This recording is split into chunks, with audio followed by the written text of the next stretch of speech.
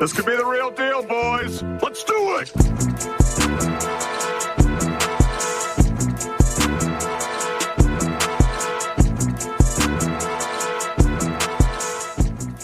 Welcome to the Reggie and Jerome podcast. I'm your co-host, Big D, sitting here with my guys as always. Sammy C to my left. What's going on? Big J to the right. What up, everybody? We are back for another episode of the Reggie and Jerome podcast where we recap the Birds' Week 16 victory against the Bills of Buffalo. Different kind of game in another long list of a weird season full of games, but they got the dub, 13-12. We're going to talk about it. But first, we're going to take our shots, as always. And this shot is also for Big D for his birthday. Oh, shit. All right. Birds dub and a birthday. Go Birds. Go Birds.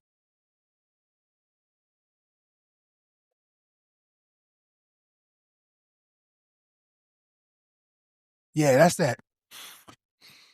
that Whistle Pig 21 year right there. Holy shit. I'm telling you right now, you can find it. It's really good. Woo. Put Oh, yeah, baby. put hair on your ovaries. Here we go. So we're going to talk about the Birds' victory this week against the Bills. Like I said, 13-12. Weird game. Great baseball game. Yeah, right. Minor league score. I'm just going to get into it. We always say a win is a win is a win. This win was so disjointed. There was so much to love, so much to hate in this game. Let's just get it started, fellas. Sammy, I'll start with you as I always do.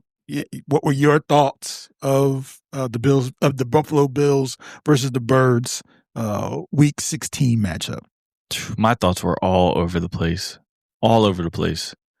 And when I say that, I mean, I started out with the first half.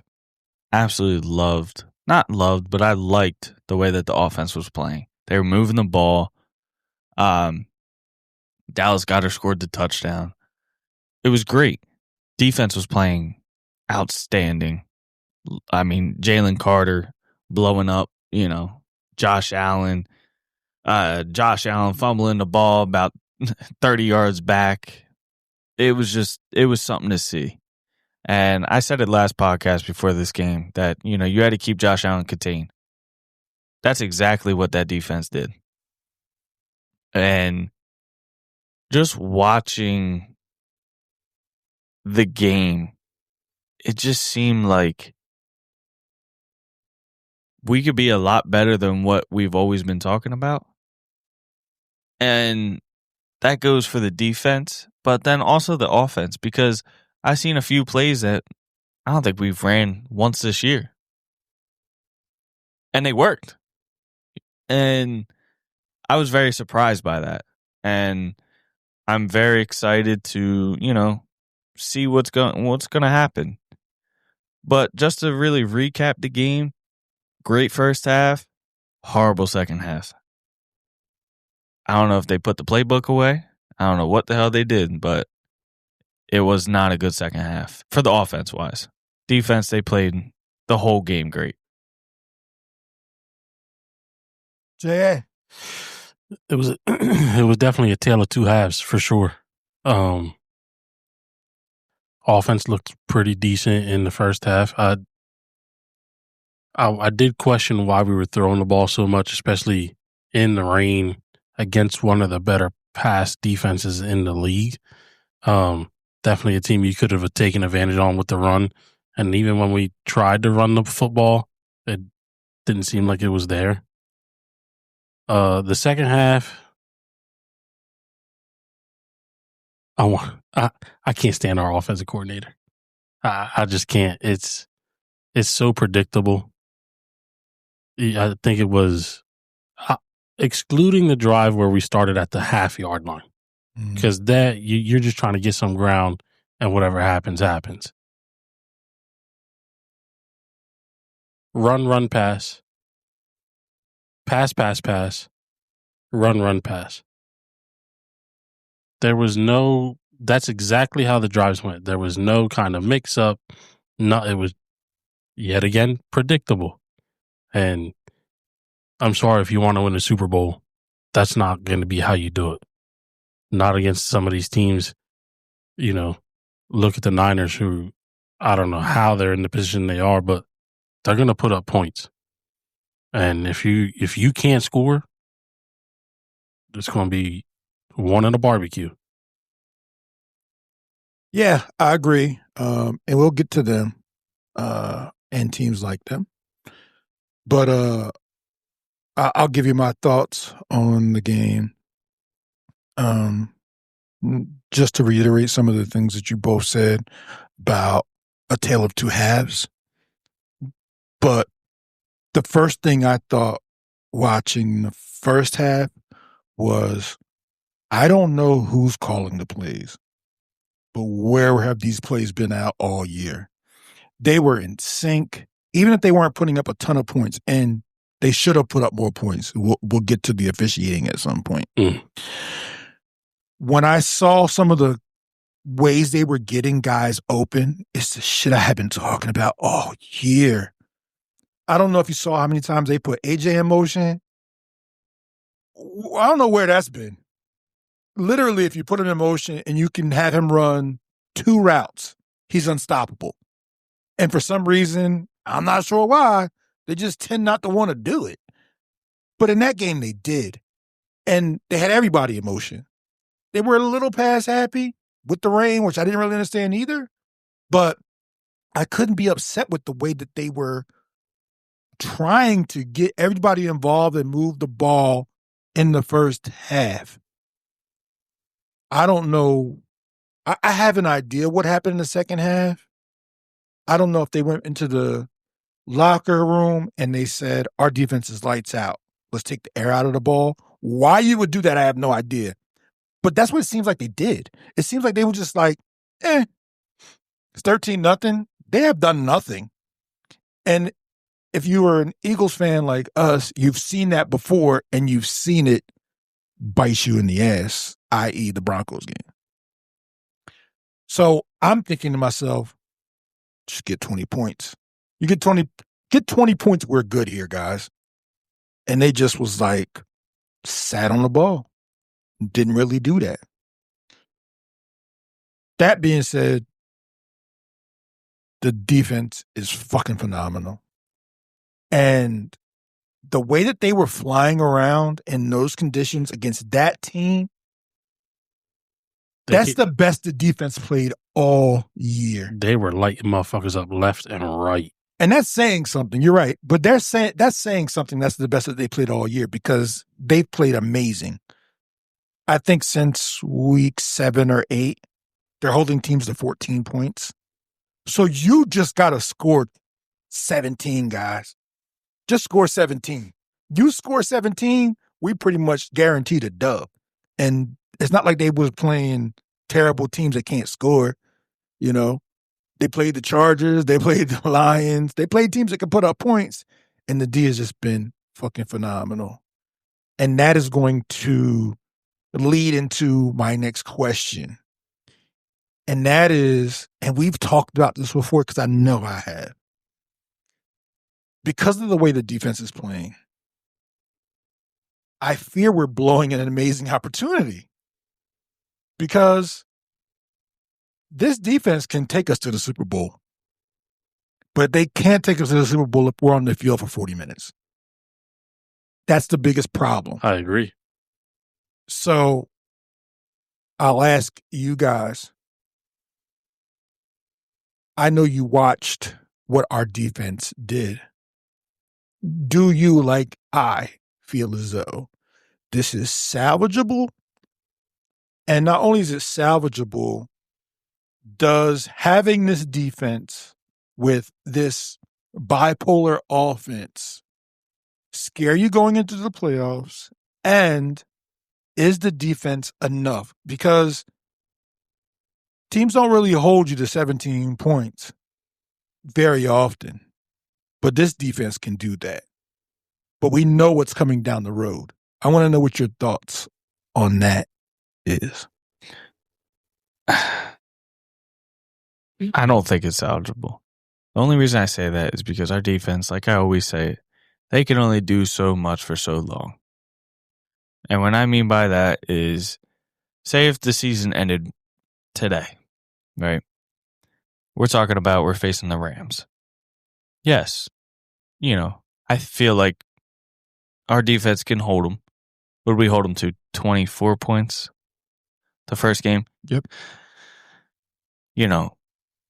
It's the offense that is really scaring me more than the defense. But the reason I say that is because the defense is always out there. They're shutting teams down left and right. I mean, come on. We're talking about the Bills, right? Their offense.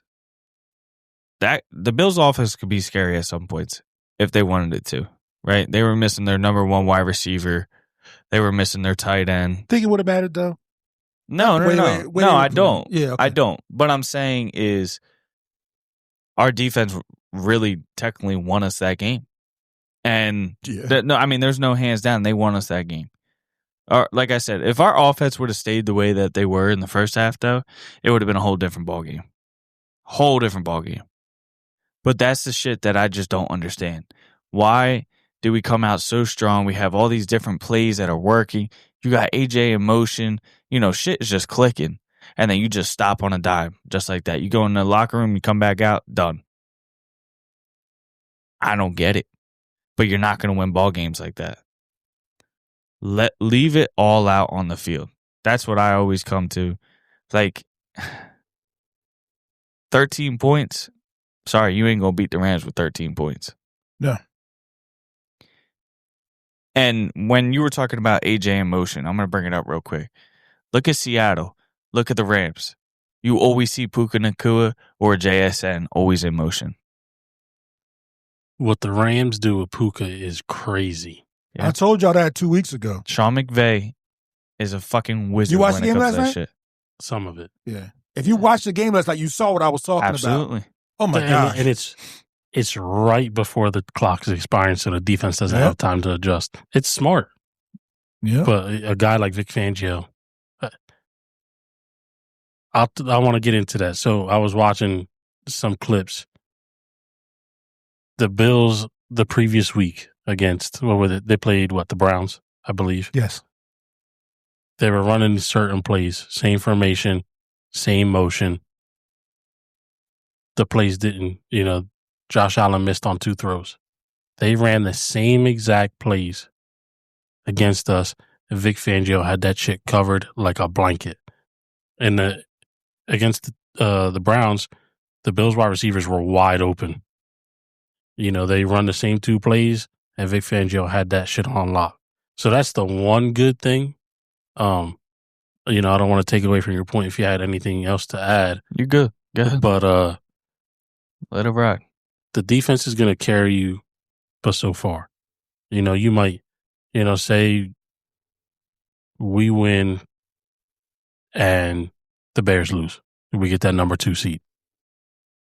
You're going to have the advantage of playing at home, which is always awesome. And you're probably going to play, the Packers probably. Yeah. You can get away with not scoring much. Packers they're not that great. You go and, the Rams come in here, or whoever the case may be, who's used to putting up numbers. If your offense isn't giving your defense a break, it's going to be a long night. They can only do it for so long. If you leave them out there for 40 minutes, it's a tough ask. Can they do it? I mean, sure. I mean, they've shown us that they can, but you're not always going to get that lucky. Not against playoff teams who have elite wide receivers. Just about every single one of them does, minus maybe 2 teams. So let me ask you a question. Do you think that, because I normally don't believe in this, but there's been times when they've done it. Is there a switch they can flip? Because I remember in the first Rams game, the second half they flipped the switch where they had to be dynamic in the second half, and they were. I guess my question is that the way that they're coached?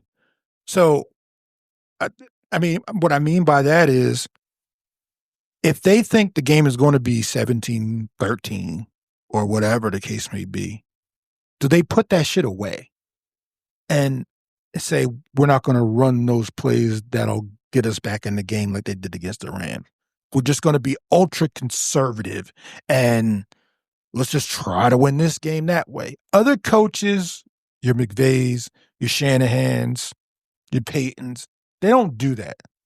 Whatever works, works. And if we can put up 45 on you, we're going to try to put up 45 on you. It just doesn't seem like this is in their nature to do that, right? Am I the only one that thinks that? No. I've had this crazy theory, especially last year, right? You know, Jalen goes, they let me out my straitjacket. It's along the lines of what you're saying, that they don't turn it up until they have to. Right.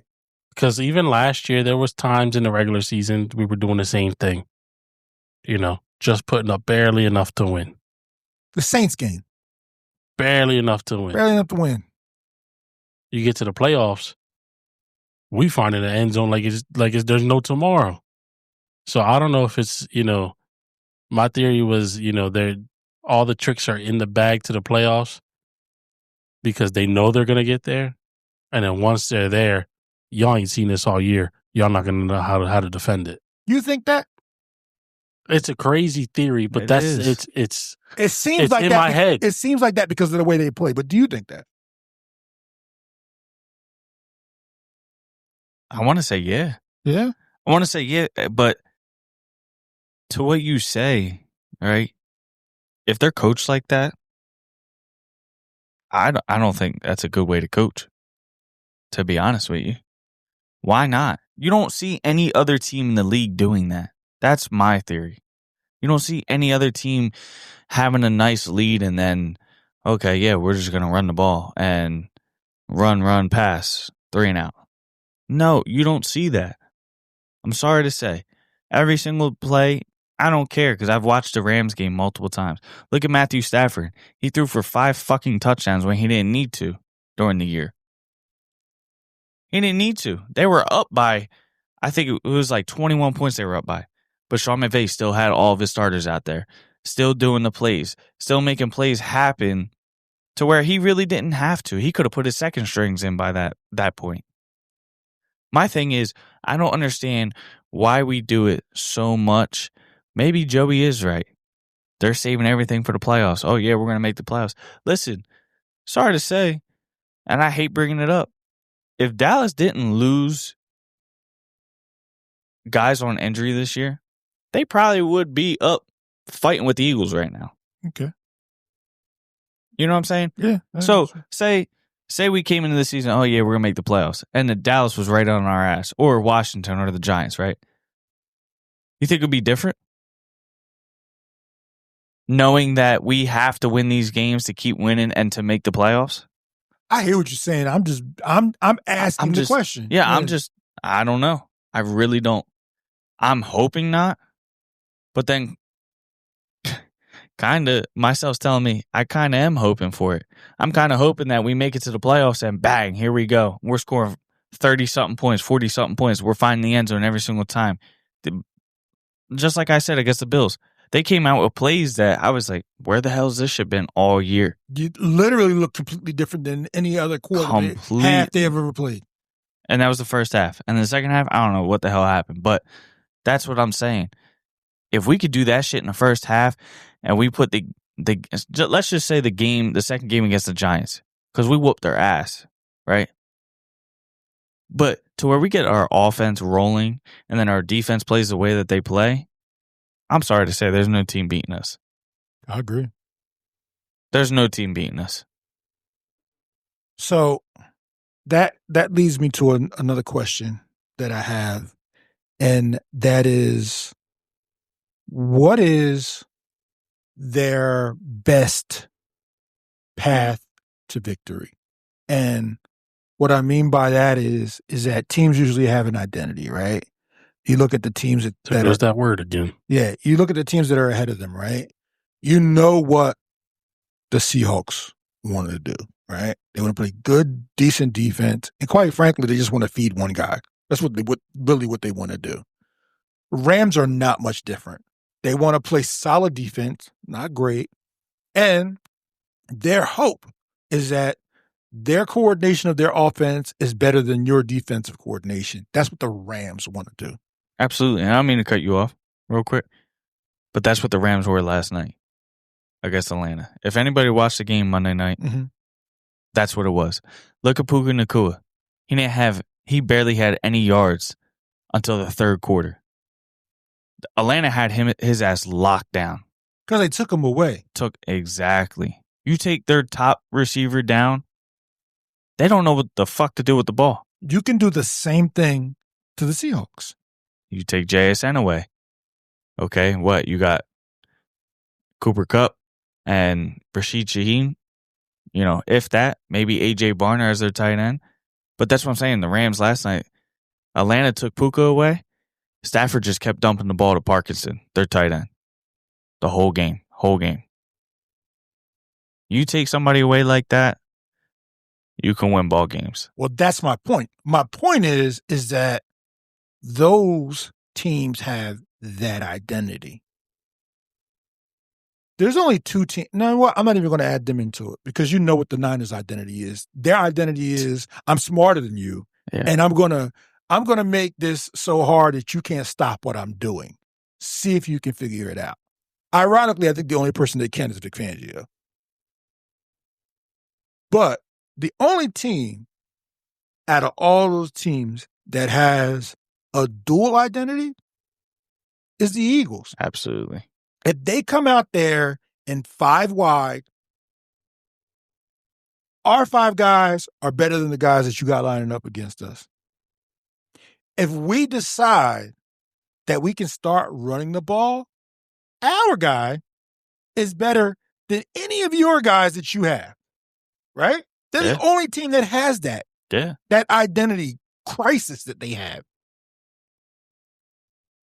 We're in week 16. They haven't figured it out yet. You know, can they flip the switch? Sure, I guess. But the only time I can honestly say that they've ever done it was the Super Bowl run, the first one. Well, yeah, the first one. When they struggled against the Falcons. They didn't really know what Nick Foles was. And then all of a sudden, bang, 38 points against the Vikings, almost 50 against the Patriots. They figured it out, and it seemed like they flipped the switch then. That team was different than this team. I get it. But that's the only thing I kind of can equate it to. I don't know if the guy on the sideline has the ability to call the plays to flip the switch. The players are there to do it. And, I mean, they need Lane Johnson back. That's clearly for sure. Yeah. But I just don't know if they have the guys on the sideline that when that switch needs to be flipped, the plays are going to come in. And they've given us hope because, like you said, what we saw in the first half, a little different than anything else they've done all year. We saw them at times do shit that we'd be like, okay, this is the birds we knew we had. Playoffs are in 2 weeks, guys. Exactly. If you don't do something, you're one and done. And I just don't know if I know in other sports they do this, but I don't know if in football you can just like play possum for 17 weeks and all of a sudden, oh shit, you got a new offense. I don't know if you can do that or not. So You'd have to have the right guy on the sideline. Yes, you'd have to have the right guy on the sideline. And I feel like we've been talking about that all year. Yeah. I really have. I mean, the amount of times that we bring up this dude's name or just even in reference to him. Yeah. Now, I've seen it before. I've seen it before when the last time I think I saw it was at the time they were the Redskins. They weren't the Commanders.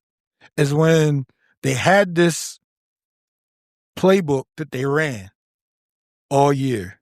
And then, I mean, honestly, it ended up ending the guy's career. But when they got to the playoffs, they started running this read option with Robert Griffin, and the league was like, holy shit. Like, they didn't know what to do when it happened. I've seen it happen in the regular season before. Most notably, the most famous one is the Dolphins when they came out against the Patriots and they had no quarterback on the field. And they started a Wildcat. First time anybody ever seen it. They scored 6 touchdowns in a row. You can do it, but you have to have somebody on the sideline competent to do it. We've been trying to figure that shit out all year. Exactly. I don't know. I mean, shit. Where's the RPO been? I mean, that's one that we can just sit there and go to. Where has the RPO been? You could talk to 4 different Eagle fans, and one of them will tell you why we are not running the RPO, why are we not under center, why are we in this pistol? Like, oh yeah, you can talk to 4 different Eagles fans, and they'll all ask the same question, and we're sitting here at 11-5. It's crazy. All because of the guys that are the talent that's there. So I say all that to say, I guess we'll find out if they're playing possum or not. Because if they're not, I don't know if the defense can do enough consistently. Might be able to win this one game, but to ask to win 4, it's a pretty tall ask for any defense. So yeah, when the stakes are going to be high and everybody's going to be trying to throw haymakers. Yeah, playoffs are different. You know, everything ratchets it up in the playoff. Nobody wants to go to Cancun. Nope. But guess what? Everybody but one team is going to Cancun. So we'll move on to the next topic that I want to discuss. And it's one that we talk about all the time. We've been in the playoffs for a couple weeks. Foregone conclusion. We played the Commanders the last game of the season. The simple question. Sit, play. Does the 2C matter? Sammy, I'm going to start with you. Oh, man, I've been going back and forth. That's why I asked. I've been going back and forth about this. So we play 425 against the Commanders at home. Wearing the Kelly Green week. Beautiful. Chicago faces the Lions at 425. So what I would do is play your starters. Only reason I say that is because we really haven't found a game to where we click. But you need to figure it out. Because if not, I'm sorry to say, we may be a one and done in the playoffs. Okay. But play till halftime, your starters.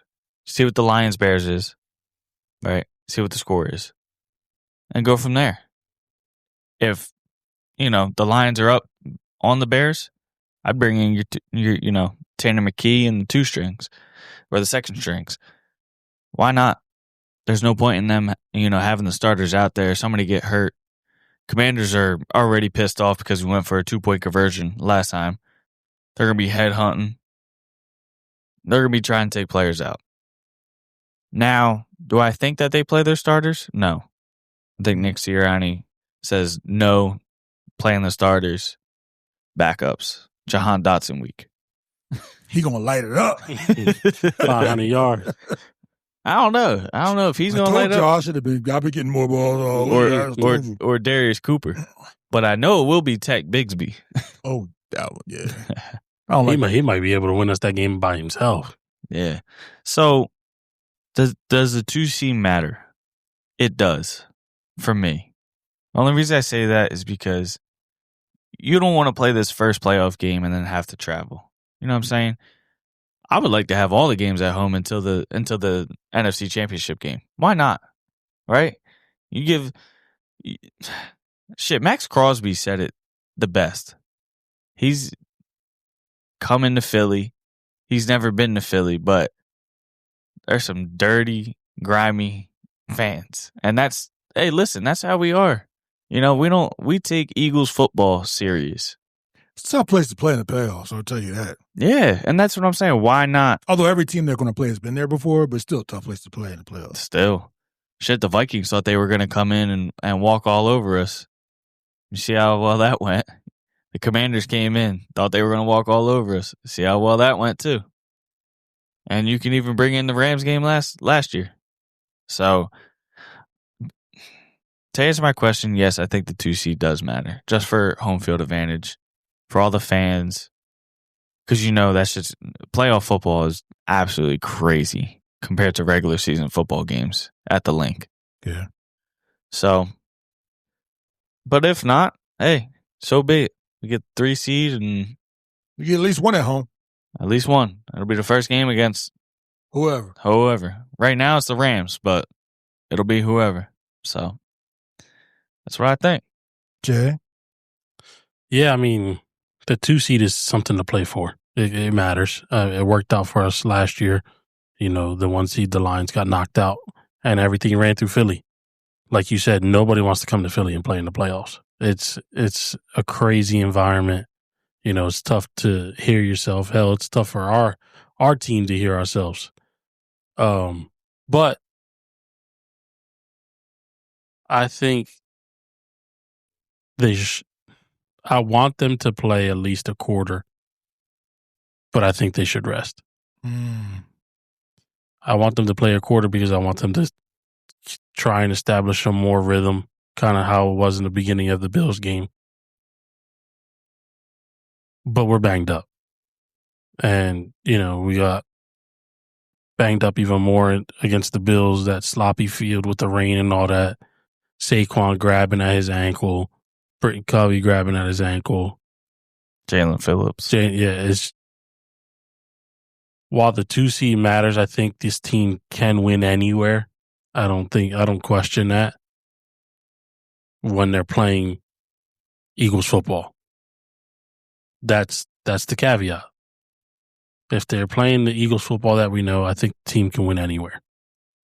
You just went into Buffalo, another hard place to play, and pretty much controlled the game for 3 quarters. Yeah, I agree with everything you guys said. The 2 seed does matter. But before I talk about what I wanted to say, which is very, very brief, there is one thing I wanted to say, and it's about a team that's not going to the playoffs. No, not the Cowboys. It's about the Detroit Lions. So I have the soundbite, but I didn't have a chance to put it in the machine. But Amon St. Brown said that if our defense was right, we would have saw the Birds in the NFC Championship game and we would have beat them. He also said that we should see them week 1 and not the Cowboys, and we'll see how that shit plays out. Joey, where the Browns going this week? I mean, where the Lions going this week? 1, 2, 3, Cancun. Cancun. So, Amon St. Brown, thanks. Enjoy the weather. I'm sure it's really nice. You probably go to like a New Year's party or something like that. Drinks are free, especially for somebody like you. So, try again next year. That being said, we had a 2 seed last year, and kind of worked out for us. I don't want anybody to get hurt either. I want us to have our guns fully loaded when we go into wherever we play the first week. But I do know it doesn't guarantee you anything, but having 2 home games at the link, it's real nice. Real nice, man. Possibly 3 if the number 1 seed gets knocked out. Possibly 3, depending on who that is. Yeah. Right now it's either Seattle or the Niners. Right. It's one of them. That's going to be one hell of a game. Yeah, it is. So, yeah, it's going to be a great game. So, yeah. So, again, I want the 2 seed. Do I think we can go on the road and beat anybody? Absolutely. Is it easier at home? Yeah. Just better at home. I don't even say it. I think Tanner McKee can beat the Commanders single-handedly.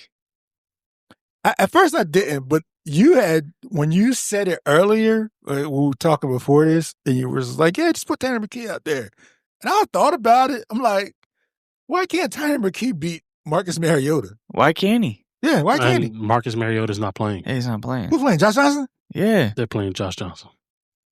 Why can't he? Why can't he? Yeah. We were all blowing up with him in preseason. Yeah. I know it was preseason. But the guy could play football. He can. He can see over the line. No offense to Jalen, but he can see over the line. I mean, we're talking about like a Josh Allen. Yes, he can't run like Josh Allen, but he's tall. He has the arm strength. Why not? Hey, man, I might take my chances with Darius Cooper and Jahan Dotson on the outside. Hell yeah. Doing their thing. And then, Throw in. Tank. I only go forward Bixby. You know what I mean? We might be all right. I may fuck around and throw A.J. Dillon in there. Why not? Might probably not have much of a choice of those guys in street clothes. Yeah, he might be. Have you seen their yards per carry? What? For Tank? No, for all the running backs. No. It's Saquon 4.1, Jalen like 4.1, Tank Bisbee 6.4 yards a carry. That's what Saquon was doing last year. 6.4 yards a carry. That boy don't go backwards. Yeah, I need a Tank Bigsby go crazy game. Yeah, He brings some different kind of energy, boy. He really does. It's great having him. It Also, really is.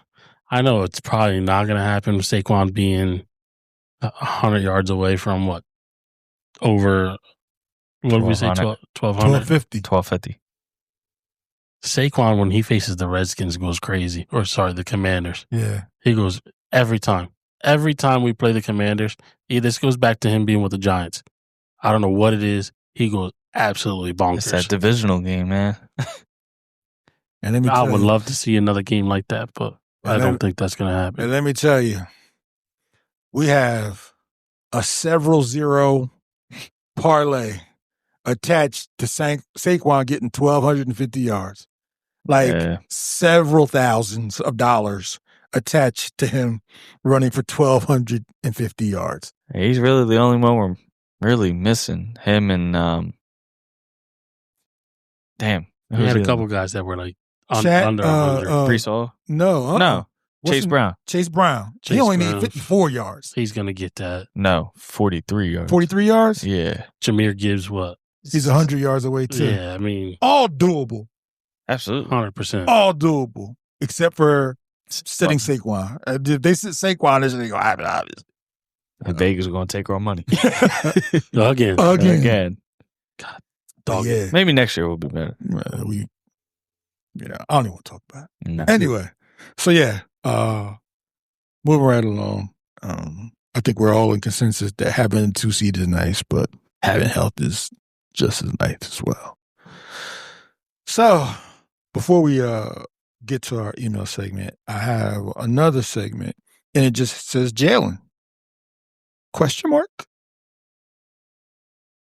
I didn't want to talk about anything else but Jalen Carter, not Jalen Hurts.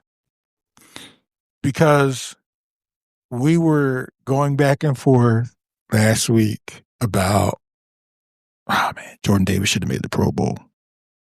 I think we see why around the league. And I don't even think he had. Which I still think Jordan Davis should have. He still should have.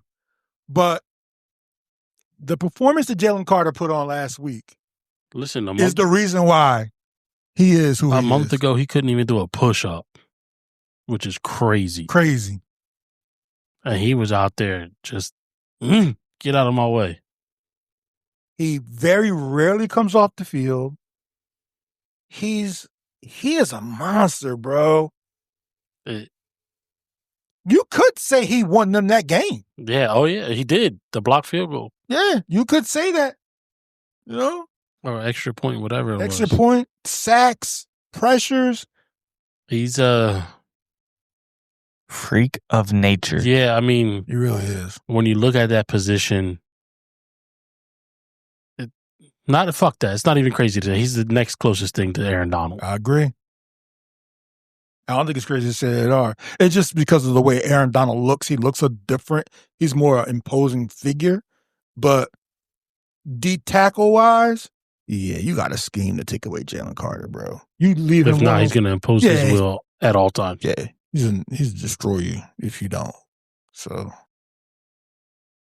this guy. Pause. Anyway, Jalen Carter absolutely destroyed the Bills. Yeah, he did. I mean, single-handedly. The play that he sacked Josh Allen on, it was, oh man, I remember watching the tape on it. I think it was, he bull rushed him, then swim moved him. And he was right there. Josh Allen couldn't even think. He was in Josh Allen's lap, pause, in 2 seconds. You couldn't read his lips because he had a helmet on, but if there was a thought bubble on his head, he would have thought, how the hell did you get here? Like that. So whenever we're done in Jalen, I got another segment. Okay. That I want to ask you guys. All right. Been on my mind. We're just giving Jalen his flowers right now. Oh, absolutely. Because he deserves his flowers. He most certainly deserves it. But if you have another segment, you can do it now. So what I was thinking, right? I was watching a game against the Bills. Roy, what you been thinking? Now, I know that, it was really bad conditions. But my question is, are we missing Nakobe Dean? To a certain extent. Jihad played very well. He was the best graded linebacker. And listen, no, that's why I asked the question. But my theory is, yes, Campbell played absolutely great.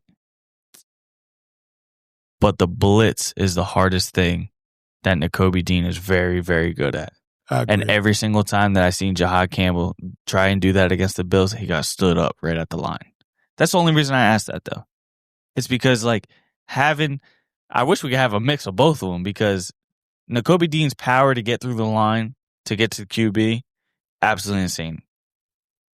Campbell, he's just a freak of nature. He can just fly all around the field. Yeah, Jihad Campbell's His speed is ridiculous. He was what? He was 15 yards out from the closest person to the ball on that fumble, and he ended up recovering it. Yeah. He's quick. But yeah, I mean, it's still Nakobe because of the blitz and also Nakobe's ability to sniff out screenplays, runs. A few weeks ago, he was the first player to pretty much be in the backfield sniffing out a screen. The thing you notice with Nakobe is like a lot of times with linebackers, they get caught up in the wash a little bit, and it happens to Campbell a lot. That shit don't happen to Nakobe Dean. He has this innate sense to know when the guy's running and when you have to get there at the same time he gets there. He just does. And I don't know if Campbell has that yet. The east to west shit, he got all of that. Oh, yeah. And he's better at it than Nakobe Dean, honestly. But the stuff at the line of scrimmage, I don't know many people in the league that are as good as Nakobe Dean at doing that stuff, bro. So I get your question. We did miss him. I ain't gonna lie. Yeah. I mean, it's crazy to say that in a game that was 13-12, but we missed him to a certain extent, though, because the rest of our line stepped up that game. Jalix Hunt, Nolan Smith, Jalen Carter. Speaking of Jalen Phillips. Moro Ojomo. That guy, too. Has now eclipsed Milton Williams' stats from last year. Has he really? I forget exactly what they were, but I did read that on Twitter. Wow. That's crazy. That is crazy. Wow. So, while Milton Williams was a dog for us, Moro Ojomo has definitely filled the role accordingly and has done an even better job. You can say that because he's now passed the stats that Milton Williams put up last year. No offense. I mean, Jalen Phillips, he hasn't, I wouldn't say filled the role for Sweat, but he's done a damn good job since he's come to Philly. Just the amount of QB pressures. I think if that he had he an has. entire year, he would, but you can't knock what Sweat's done. Hell no. I think since joining us, I think he might be top 3 in pressures. Yeah, and that's what I'm saying now. Even if he doesn't get the sacks, he still has the QB pressures. Yeah, absolutely. Good job, guys. We will go into our final segment. I know you guys are used to us doing this a certain way. We're not going to predict the score of the Redskins game. I mean, fucking Redskins. My God. I'm sorry, but Commanders, Redskins, whatever. We're not going to predict the score of the game. We're not going to talk about who's got to step up because, quite frankly, we don't really know who's going to play. And, all things being equal, there should be no reason why they lose this game if they play their starters. We just lose. Yeah, we're all going with a dub around the table. Yeah, we're all just going gonna with put it the like dub. that. And we'll say, I don't know, 73-4. So just throw it out there. So we're just going to go in. Maybe 6. So the 2 field goals for them. The stat I saw was Ojomo surpassed Milton Williams' 2024 sack total. He now has more sacks, quarterback hits, and hurries than Milton Williams had last year in the regular season. With still 1 game left. And that's the stat of the week. That is the stat of the pay the man. That boy going to look to get paid. I don't want to think about it. Anyway. I don't want to think about next year. I don't think about it anyway.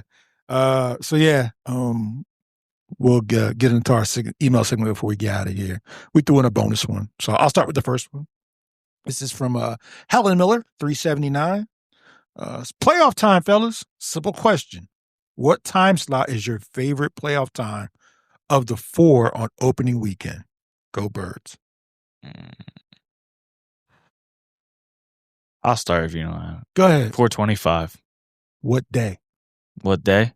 Sunday. That's your favorite one? Yeah, Sunday 4:25. I don't know what it is about Sunday 4:25 games. Maybe because we watch the damn Cowboys every single time, every year. They play at 4:25. Not in the playoffs, though. No. We don't watch playoffs. the playoffs. No. Nah, I don't know what it is. I don't like playing on Saturday. But 4:25, pretty much it's like everybody's watching. Everybody's watching. I mean, yeah, they watch the Sunday night game too, but I don't know. I don't know what it is. Maybe because I can drink a little bit and then sober up before, Well, I don't think they have a Sunday night game in the playoffs. I don't think they have a No, I don't think they have a Sunday night game. No, I think 4:25 is the latest game. Yeah. So yeah, 4:25 is it? Yeah. Jay? Sunday, 1 p.m. Whoa. When the sun's out. No, it's just when you think football, you think Sunday's 1 o'clock, and that's always been my favorite time slot. So that's when you want to see the playoff game on Sunday. I mean, I watch it anytime. Of course you'll watch playoffs. anytime. So you watch Saturday 1 o'clock?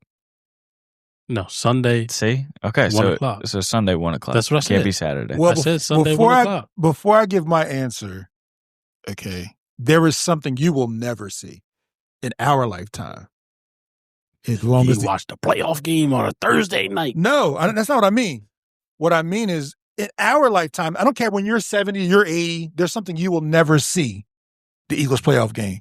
And that is an Eagles playoff game at 1 o'clock on a Saturday. Or 4 o'clock on a Saturday. And I'll tell you why. That game always goes to one place. The AFC South. Yep. So you'll never see them at that time. Nope. You'll only see the Birds because they're a big market team. You'll only see them on that night or in the 4 o'clock slot. You'll only ever see them there. Yep. That being said, we're all different on this one because I love that Saturday night game. Yeah? I love it.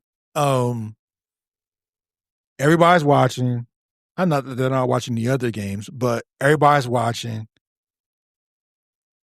Like you, in case things go left in the morning, I can kind of shake it off a little bit, but it's just something about watching that night game, that playoff night game that I really, really enjoy. If it's not that, it's the 4 o'clock game. Obviously, everybody loves the 4 o'clock game, but I like it.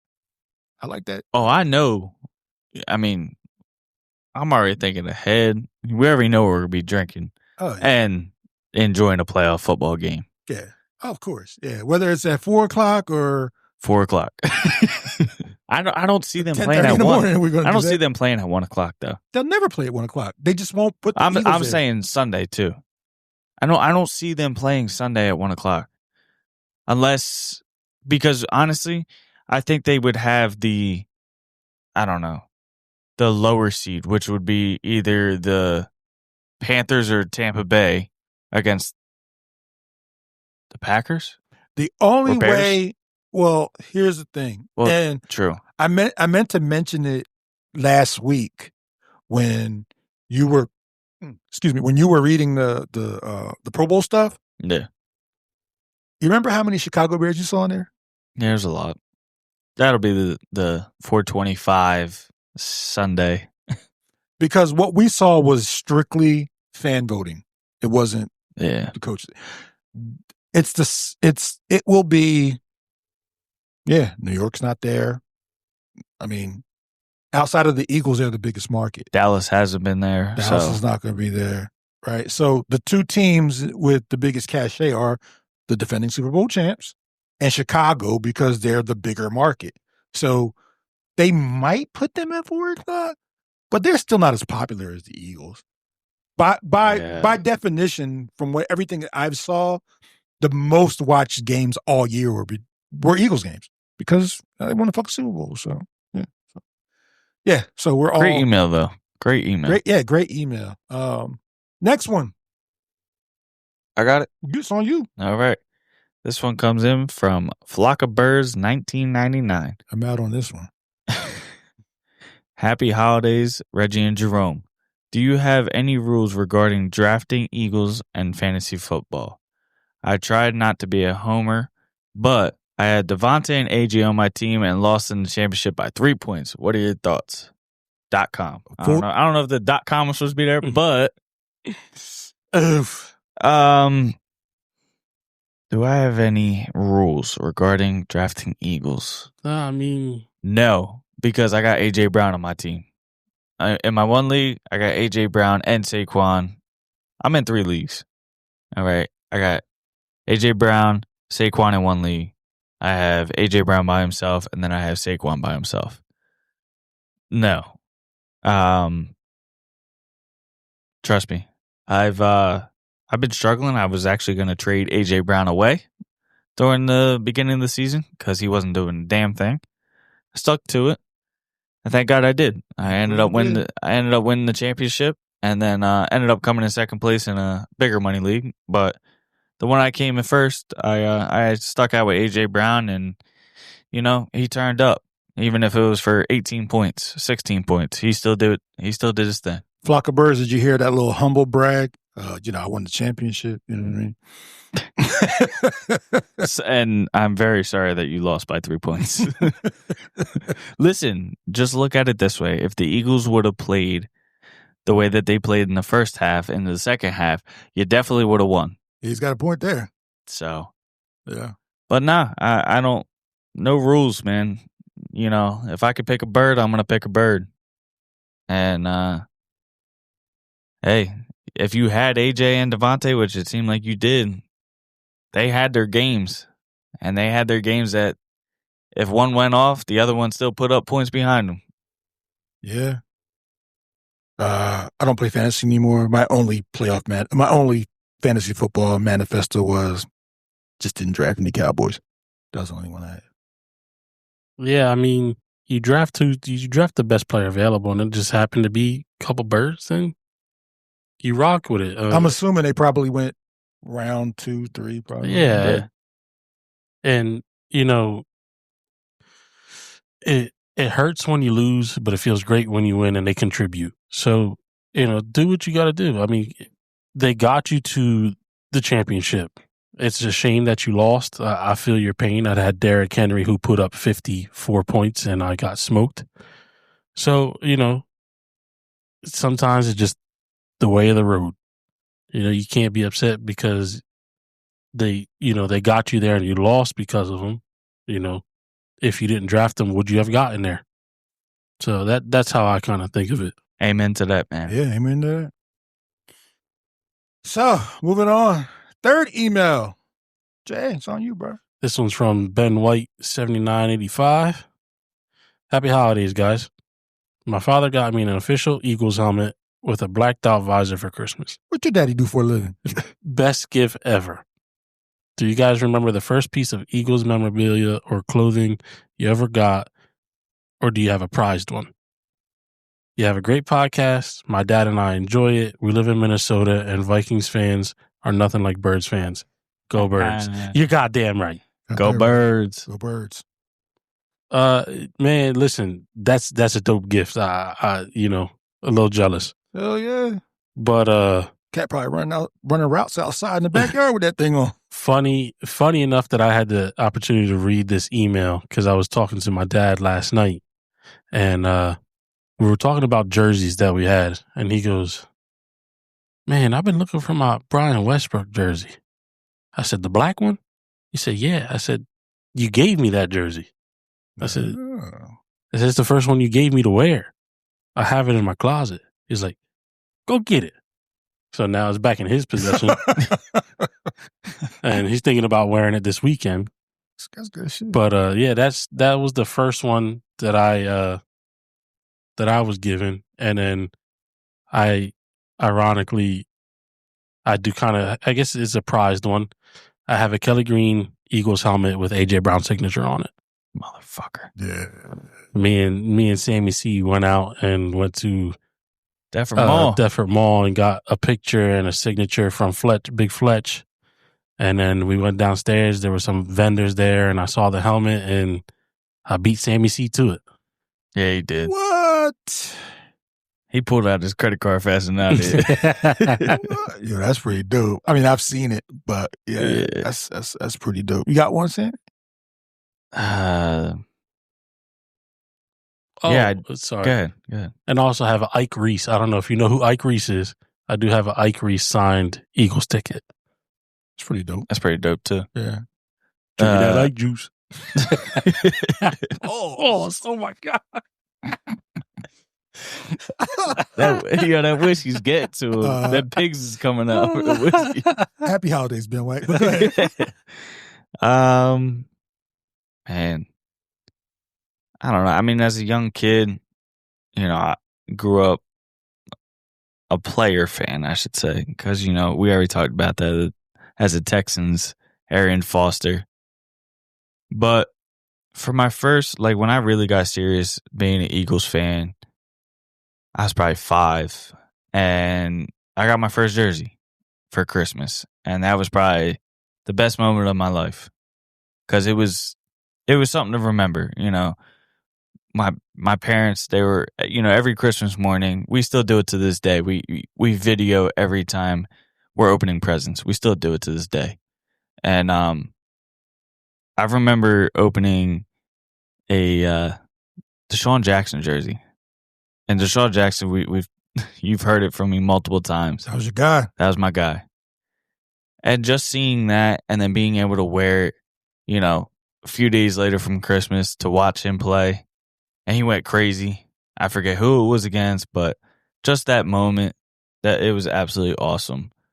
And honestly, I know it wasn't like a prize memorable thing, but meeting Fletcher Cox, man. I know I didn't get anything signed from him, but just, having a short talk with him and taking a picture with him, it was cool as hell because that was probably the first person I've ever met and took a picture with. Right. So, but my fiance, she got her football signed from Fletcher Cox, so that was cool too. With a bunch of other signatures on there. Yeah, and she, and shout out to Ayo. Ayo. What up, Ayo?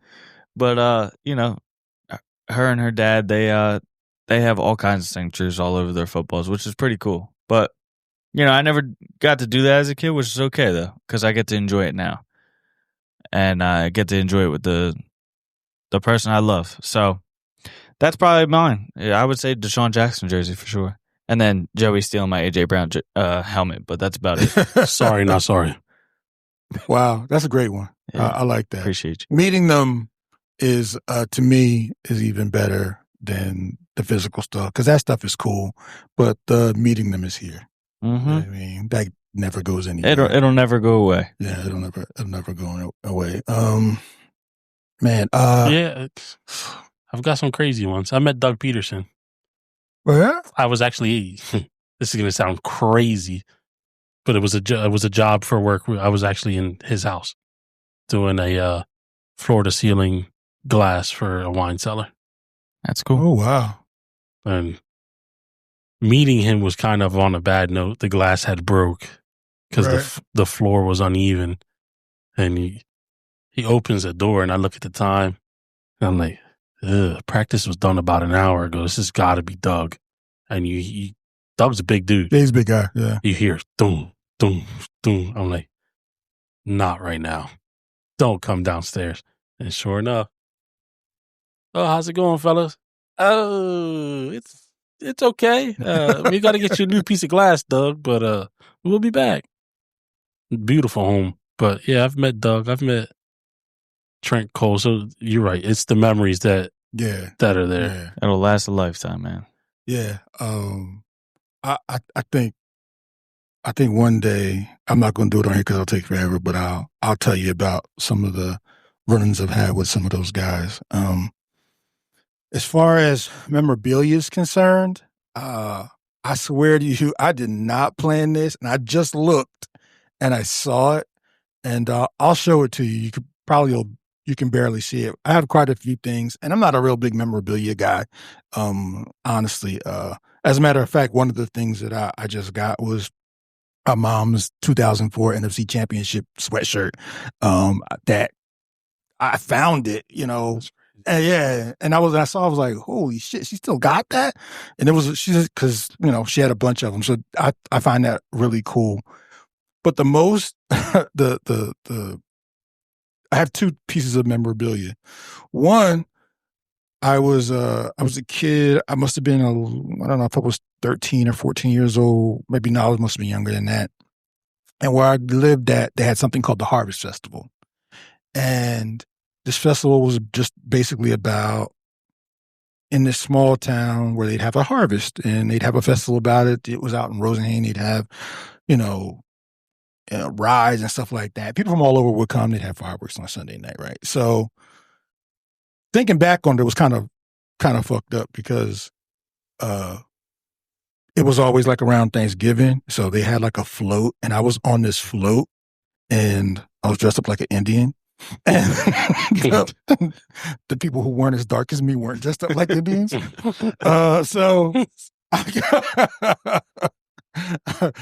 Yeah, true story. Anybody's from out that way, they know what it was like back then.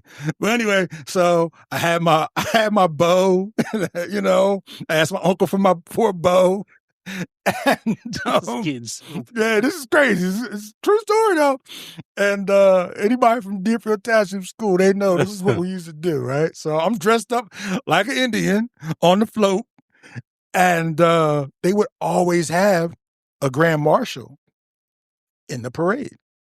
No shit. And the last float was Seth Joyner, and I was such a huge Eagles fan at that point. That's crazy. Yeah, so I don't even know how I got it, but someone handed me a card, and it was a Seth Joyner card. And I think my mom knew about it. And she went to some store. She drove to Violin, and she went to some store, and she was like, have him sign this. And I was so scared because he looked like a monster, you know what I mean? Especially as a kid, you know what I mean? 6'3", huge dude. So I was like, all right. And he was just like, I got you dressed up like an Indian. he signed it, and that was probably my most, to this day, is probably my most favorite piece of memorabilia. The other one, like I said, I did not plan this, and it's right here, and you can barely see it, and I'll show it to you. Hold on a second.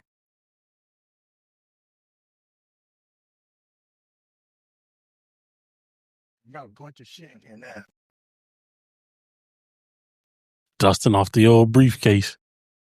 So you can barely see him. But you see that? See that gray? You see that gray right there? Yeah. It's a signature from somebody. Yeah. Barely, but yeah. Yeah, I gave it to somebody and they didn't know that it was what it was. But this was Andy Reid's briefcase when they went to the Super Bowl. What? Get the fuck out of here. Yes. And I had their itinerary. I still have the itinerary. I That had is the itinerary crazy. from the Super Bowl in that briefcase when he gave it. It's a laptop bag. I had the itinerary from the Jacksonville Super Bowl there. I don't remember where I was at. And we wonder how the Patriots stole our fucking plays. You had No, I didn't. I didn't have it. I That had it bank after account the that he fact. talk about in some island over there, that's money from Bill Belichick. You know what's crazy? I've always wanted to know because I sit next to it almost every week. I always wanted to know what the meaning. Something was up with that. Yeah. I was just waiting. I forgot it was there. It was packed away, and it was. At one point you could see the signature, but you can't really see it now. But That's crazy. Big Red. I got it from his wife at I don't even know where it was. It was at some event they were having. Oh, they were having a yard sale. I went to the yard sale and didn't know his wife was there. Wow. And I saw it, but I kind of recognized who she was. And then I grabbed it and I was like, "This is Andy Reid." She was like, "Oh yeah, it's my husband." I was like, "Is this at the yard sale?" She was like, "Yeah." She was like, I said, "What do you want for it?" She's like, "Just give me $10. What? Gave her the $10. I didn't even look inside of it until I got home. When I got home, there was 3 papers in there. And when I opened them up, it said Jacksonville itinerary, what time they ate, what time they had a team meeting, all of that shit. What time he was eating a cheeseburger. I had it all in there. So that's probably, the itinerary is probably more than that. But yeah, so that's Andy Reid's laptop bag. It's probably my most That is prized crazy. possession. Yeah. This I know, man, bro. only me. Yeah, crazy. But yeah, that's Yeah, only you is right. yeah. So, but anyway, that was a great email. Yeah. I loved it. Thank you. But before we get out of here, we got one more email to read. I just threw this one at the end because it came in today, and I thought it was pretty interesting. So I'll read it. Duke Tobin, Bengals GM. Oh, Read first, who it's Kelly from. Kelly Sumter, 89. Thanks for the email. Duke Tobin, Bengals GM, calls Howie Roseman, tells him unhappy Joe Burrow is available. Does Howie hang up? Does he listen? Does he counter with an offer? If so, what? Great email. Mm. We're going to end the pod on this one. After the smoke leaves my boy's ears. Guys, what happens? Jay, go ahead, start first, Jay. I love Joe Shiesty. He's a fucking baller. My one hang up will always be he can't stay healthy. And if I'm Howie, you're going to want Jalen in return. And I guarantee you, Bengals GM is asking for Cooper DeJean. Whoa. I'm hanging up the phone. Sammy C. And Jay is probably right, to be honest with you. I can't see them just calling for Jalen. QB. Can't see it happening. Even if it's Jalen in a first for Joe Burrow, no. I'm sticking with my boy Jay. If Joe Burrow had a better track record with his health and say the price was Jalen in the first, Yeah. the deal's done. But it's every year Joe Burrow misses 4 or 5 games, and there goes their season. Yeah, when I read this, I looked at it for like 5 minutes. And I agree. I pick up the phone and I listen. And then we go into the back and we have a conversation. But once I counter with, if it's an even swap, we can do it. And they counter back and say no. Yeah, I probably hang up the phone too. What would you counter with? Like, if you were a GM, what would you counter with? Like, would you make it a blockbuster trade with... If I'm Howie? Yeah, say we get Joe Burrow, right? I also We trade don't know what Jalen. the money is either. Pretty Well, even. Is yeah. it? Yeah. Yeah, it's pretty even. But say Joe Burrow for Jalen Hurts, right? And instead of picks, they want to add players on both sides. Like, who would you give up I'm not. to get? I'm not deconstructing my team. No, I wasn't saying that. It was a question.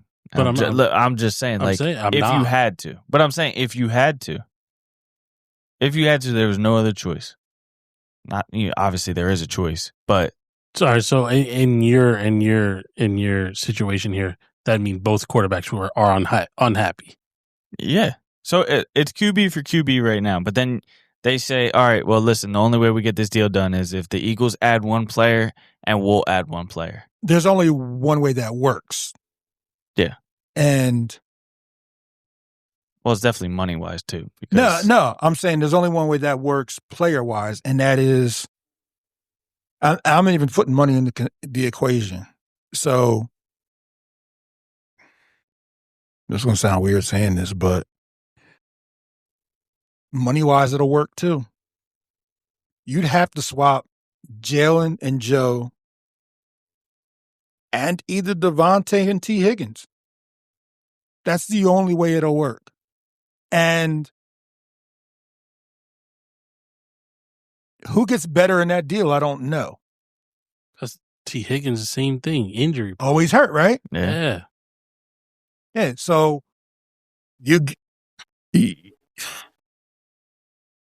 That's a great question. That's a great question. That's in the running for email of the year. Yeah. Because you're talking on his best day, T. Higgins is. I don't even know if he's better than Devontae. Honestly, I don't think so. He's always hurt. The only thing he has better is height wise. Yeah. I think Devontae Smith has better hands than him. He's just a big wide receiver. Would you do it for AJ? What? T. Higgins for AJ? Yeah, you get Joe Burrow and T. Higgins, and they get Jalen and AJ. No. You can't ask me about my favorite fucking wide receiver. Joey, impartially. Damn. Yeah. Tough one, right? Because we know Devontae can be a true number one. Yeah. True. And Joe Burrow could. And T. Higgins is younger. Man. And that's how we end the podcast. No. Wait for Joey's answer next week on the next exciting episode of the Reggie and Jerome podcast. It's tough, man. No. Hey, listen. I'd take the swap. You take the swap? I'd take the swap. Just because even AJ he gets those hamstring flare-ups. Started the year like that and was lucky enough to make it week 1. Because you could make the argument that the reason why Joe Burrow is always hurt is because their line is not good and he's always running for his life. So that wouldn't really be that big of an issue. But then again, we don't really know because Jalen gets out of a lot of shit that I don't think Joe Burrow going to get out of. No. So I don't know. I say all that to say, Kelly, we have no fucking idea, but we are making sure you are down as one of the top emails of the year. That's a great fucking question because very rarely are we like stumped and don't really have an answer for you. This is a tough one, man. You know? So all of them, great emails. Oh, yeah, these were great emails. I know we wanted to end the pod on that. Hold on, I gotta shout our emails out. Go ahead. If you want to send them, it goes to djspodcastnetwork.com. Send them. No. Right. At gmail.com. See, I knew I'd fuck it up. I was only one. There goes that .com that was in there. Yes. I don't know where that .com came from. Nah, listen, send them over. You know. Yeah, who knows? You might come up with a better email than that last one we just read. Gonna be tough. Yeah, make our top emails of the year, and we're gonna pick a winner. Send you a few Reggie and Jerome swagger. So send them in. It's not just sending them just to send them. If you have a great question or something like that, send them in, and who knows, you could be number 1 through 5 if you want, There ain't gonna be no special teams email. No disrespect. But thank you guys, and Jay, I know you got something. Yeah, go ahead. Since it kind of goes along with this email. We saw what happened with the Chiefs this year, and I'm not going Patrick Mahomes. That's a no-brainer. Yeah. If they decide to move on from Andy Reid, are you, the Eagles, interested? And if you are interested, if you're Howie and Mr. Laurie, what do you do? He'd have to give up the cheeseburgers and get Skinny Joey's cheesesteaks. I don't know. Do you think Big Red would come back, and do you think he'd have success? Damn. I was told there'd be no questions. Absolutely. I take him back. Would he want to do it? I'm not sure. I don't know if he left with a sour taste in his mouth, but yeah. I would assume it'd be appealing with the roster that we have. Yeah. But again, if he left on terms that he didn't, he's like, oh, I'm never coming back to that place. And he doesn't seem like that. No, he kind doesn't. Of guy. When I met his wife, she didn't seem like Just but yeah, Big Red's one hell of a coach, smart guy. You do it, Sammy? Yeah. Yeah. Damn, you didn't even hesitate. I hesitated a little bit. Sorry, Nick. Jesus. The Italian brethren over here wants to get rid of you. No. But yeah, you do it. Well, where would he come back as a head coach? Yeah, that's the only way he comes back. Yeah. See. And he's got a thing for talent on the offensive side of the ball. He's brought in some great players here. Yes, he has. That's another caveat to it as well. Yeah. One more. Since you brought that up, I'm gonna say no. You gonna say no? Yeah. Yeah, no, or yeah, no? Yeah. No, I'm saying I'm saying no to the question. No, Andy Reid. You wouldn't bring Andy Reid back. No. Nick Sirianni's been here 5 years. He's made it to the playoffs every single year. Absolutely. Yeah. Think about it. Listen, we just gave that man his flowers last week. That we or did. 2 weeks ago. That we did. That's the only reason I said no. Yeah. It's just because he's been a winning head coach for us. Yeah, I mean. So Andy Reid's one of the winningest football head coaches there is. He has. But it ain't no has. That's a fact. He's one of the but winningest head coaches there is. Head coaching comes to an end at some point, just like the Chiefs. Sure. And their playoff runs, which it did this season. Last one, because we do gotta go. Well, this is the last one, I swear. Because I don't think they would do this because of the collapse, because they were playing pretty well. But if Shane Steichen became available, would you take him back? As a head coach? Or is he coming in the offensive coordinator? He's coming as an offensive coordinator. Absolutely. Hands down. The second he's available, a contract is on the table. Yeah. I knew you was going to say that. Listen, I honestly, would you consider him as a head coach, though? No. No? You wouldn't consider him? I still wouldn't. I mean, he hasn't done a terrible job. I mean, the collapse. Yeah, I was going to say, I'm not saying he's done a terrible job, but I still wouldn't. That Colts team, it's interesting. It's interesting. Yeah, very in flux. All over the place. If Daniel Jones doesn't get hurt, where would their record be? Yeah. I've been thinking the same thing. Because they'd be in the playoffs, I think. They started 6-1 or 7-1, and they've so far have ended 1-6. That's crazy. Sauce Gardner. Yeah. Is he the curse? Sauce Gardner Maybe. Technically has 2 wins under his belt this season. He was 1-6 with the Jets, and he's 1-6 with the Colts. Wow. Crazy. That sauce is terrible. Whoa. Pause. And God, blame the whiskey. Go ahead. And the Colts gave up a shit ton of first round picks. They sure did. What was it, 3? Yeah. Be careful what you wish for when you're making these trades, because April gets here before you know it, and you be sitting in that room like, damn, we ain't got no picks. All right, real quick before we end it, I know we got to go. We keep saying this shit, but It was breaking news today. Travion Diggs got released by the Cowboys. yeah. Would you bring him in for the playoffs? Jay? Yeah. Derek? Yeah, question mark?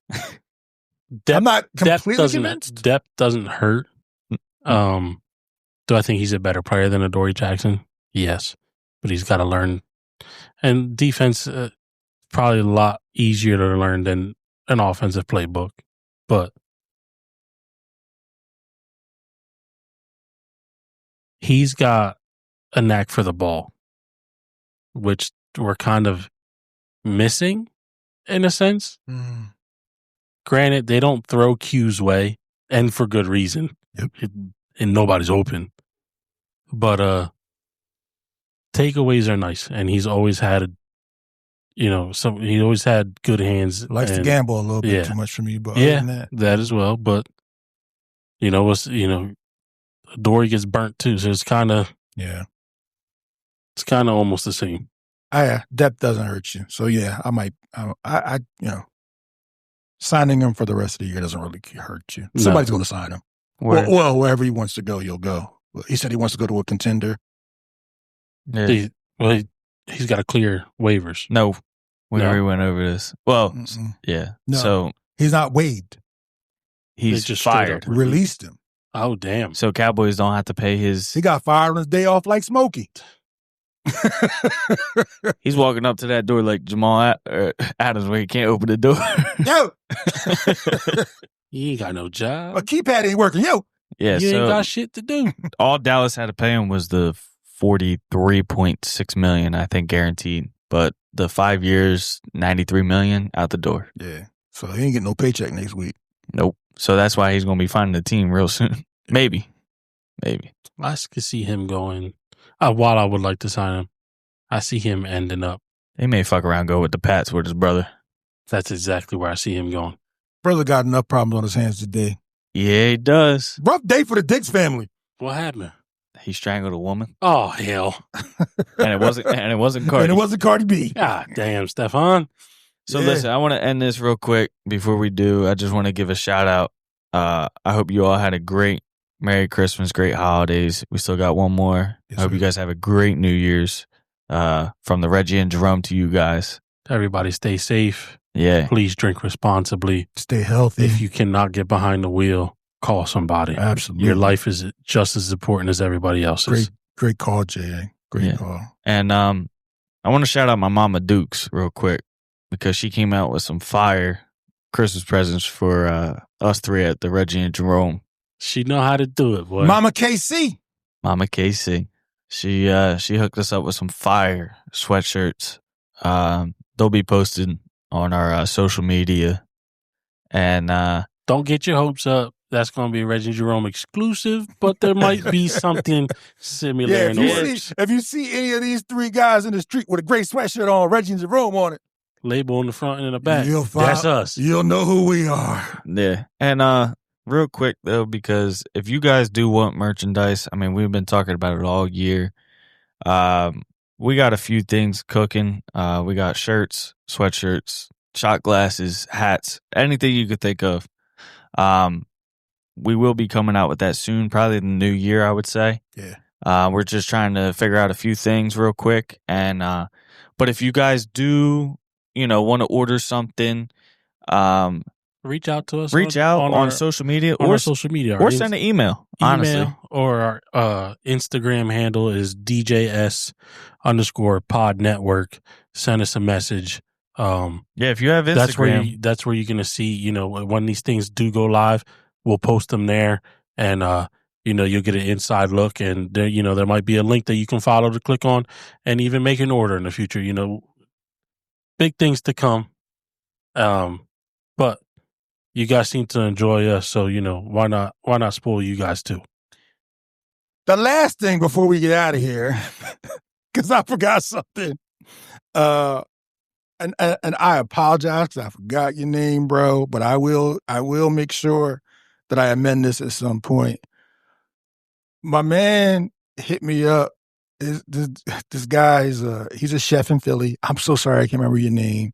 And he wanted to give us a shout out and give him one back. He's on the Food Network and everything. I can't remember your name, my guy, but I will get your information and I will shout you out on the next one. Shout you out in the next one. So with that being said, we are definitely getting out of here this time. This was supposed to be one of our shortest podcasts. It's the longest one we've done in probably 4 or 5 weeks. Crazy. So anyway, with that being said, we're going to get out of here like we always do. Jay? Go Birds. Go Birds. Go Birds, dickhead. We out.